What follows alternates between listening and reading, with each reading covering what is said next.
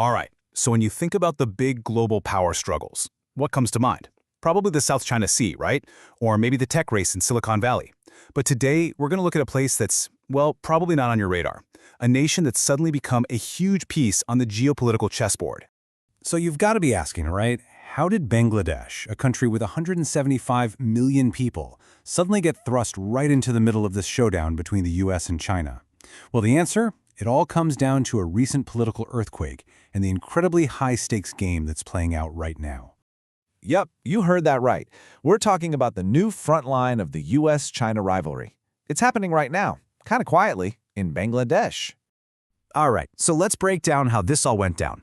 It really kicked off with this dramatic political shift that, boom, just left a massive void at the top. And you know what happens when there's a power vacuum, right? The superpowers, they rush in to fill it. Okay, so here's the timeline. It all started back in August 2024. A huge Gen Z-led uprising actually toppled the Prime Minister Sheikh Hasina, who was, by the way, a really close ally of India. Now, fast forward, a general election is on the horizon, which means the country is just in this state of flux. And that uncertainty, that power vacuum, well, it means there's no one single leader to deal with. It's created this really rare window of opportunity for both the US and China to jump in and try to influence where things go next. So let's start with China's play here. Beijing saw this opening. They saw their regional rival, India, and its influence just completely nosedive. So what did they do? They moved fast. I mean, really fast, and decisively to cozy up to Dhaka and strengthen that relationship. And listen, we're not just talking about some diplomatic handshakes and photo ops here. No.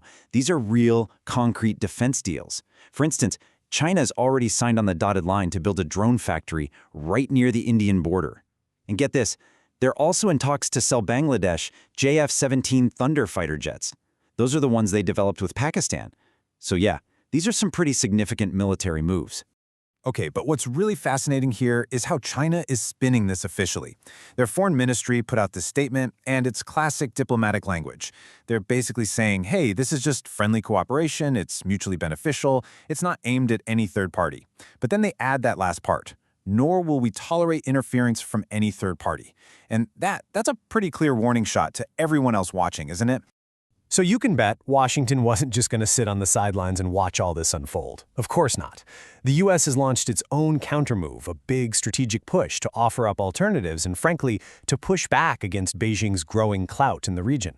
And the U.S. is being super clear about this. The American ambassador basically came right out and said it. The United States is concerned about growing Chinese influence.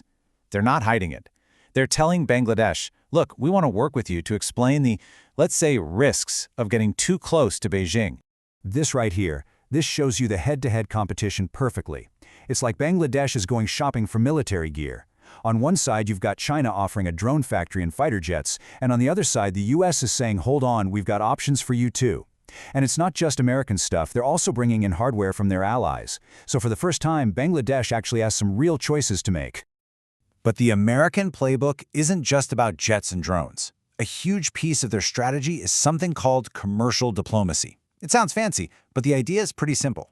Build influence by building business ties. They want to get American companies to invest, to set up shop, and to create these deep economic partnerships that go way beyond just government-to-government deals. So, the message from the US to whatever government comes next is pretty clear. Show us you're open for business. I mean, think about this for a second. This is a country of 175 million people, and you can't find a single Starbucks or McDonald's. For the US, getting those golden arches in Dhaka is almost as important strategically as selling them a fighter jet. It's a symbol. Okay, so let's pull the camera back for a second, because this isn't just a two-player game between the US and China. To really get the full picture, you've got to understand the whole regional power play and who the other key players are. This little breakdown here lays it all out so clearly. You've got the US playing defense, countering China with its own military and economic deals. Then there's China on offense, jumping into that power vacuum. But the real game changer here is India.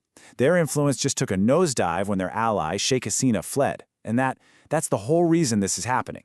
India was the predictable player in the region, and with their influence gone, it created the opening for this whole superpower scramble. And it's so important to get that this isn't just some random thing happening in Bangladesh. It's actually a perfect textbook example of the much bigger U.S. Indo-Pacific strategy. That's the whole American game plan to build a network of allies all across South Asia, from India to Japan, basically to create a counterbalance to China's growing power. All right, so let's get to the big question. Why should you care? What's really at stake here? Well, the stakes in this game are incredibly high. And not just for the US and China, but for Bangladesh, and honestly, for the entire region. If you're Bangladesh, this could actually be a golden opportunity. Suddenly, you've got options. You can shop around for defense deals. You get to play the big powers off each other, to strategically balance your relationships, instead of being stuck with just one major partner. It gives them a lot more leverage. Now, for the United States, this is a huge test. It's a chance to prove that their whole Indo-Pacific strategy actually works in practice. It's an opportunity to draw a line in the sand and stop China's influence from spreading further in a really vital spot, right there near the Bay of Bengal.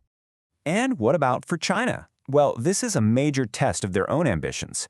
If they can pull this off and deepen their ties with Dhaka, it's a huge win. It would really cement their role as a top dog in South Asia. But if they fail, well, that would be a pretty big setback. So it all boils down to this one big question, doesn't it? When these superpowers start competing on your turf, who really comes out on top? Will Bangladesh be able to play this situation to its advantage? Or will it just end up as another pawn in a much larger game? The answer to that could really define the future of the entire region.